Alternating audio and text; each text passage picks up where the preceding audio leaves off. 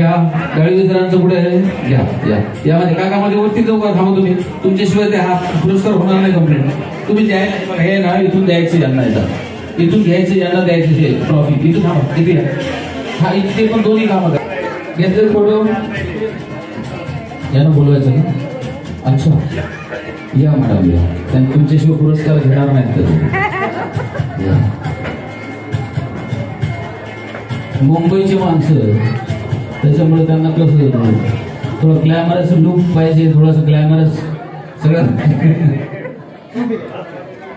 Okay sir आवाज आहे sir. पुढे या मॅडम. थोडं अलीकडे या तुम्ही चित्रांना.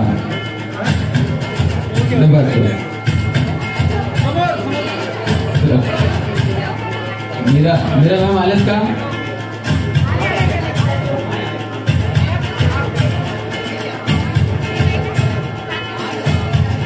शिर्डी येथील हॉटेल शांती कमलमध्ये भव्य साई कला गुणगुरव राष्ट्रीय पातळीवरील पुरस्कार सोहळा दिमाखात संपन्न झाला. हा कार्यक्रम कला, साहित्य आणि सांस्कृतिक क्षेत्रातील उल्लेखनीय योगदान देणाऱ्या कलाकारांचा सन्मान करण्यासाठी आयोजित करण्यात आला होता. या सोहळ्यात विविध क्षेत्रातील सुप्रसिद्ध कलाकारांनी हजेरी लावली. अभिनेता आणि नृत्य दिग्दर्शक राजेश काळे यांना साई कला गुणगुरव 2025 या पुरस्काराने गौरविण्यात आले. राजेश काळे यांनी आपल्या उत्कृष्ट नृत्य दिग्दर्शन व अभिनयाच्या माध्यमातून प्रेक्षकांच्या मनावर अमिट छाप सोडली आहे. त्यांचा हा सन्मान त्यांच्या कलात्मक योगदानासाठी करण्यात आला. तसेच सिने कलाकार गणेश दळवी यांनाही साई गुणगुरव पुरस्काराने सन्मानित करण्यात आले. त्यांनी आपल्या सिनेसृष्टीतील अभिनय कौशल्याने प्रेक्षकांना भुरळ घातली आहे. त्यांच्या कार्याचा गौरव करताना उपस्थितांनी उभे राहून त्यांना सलाम केला.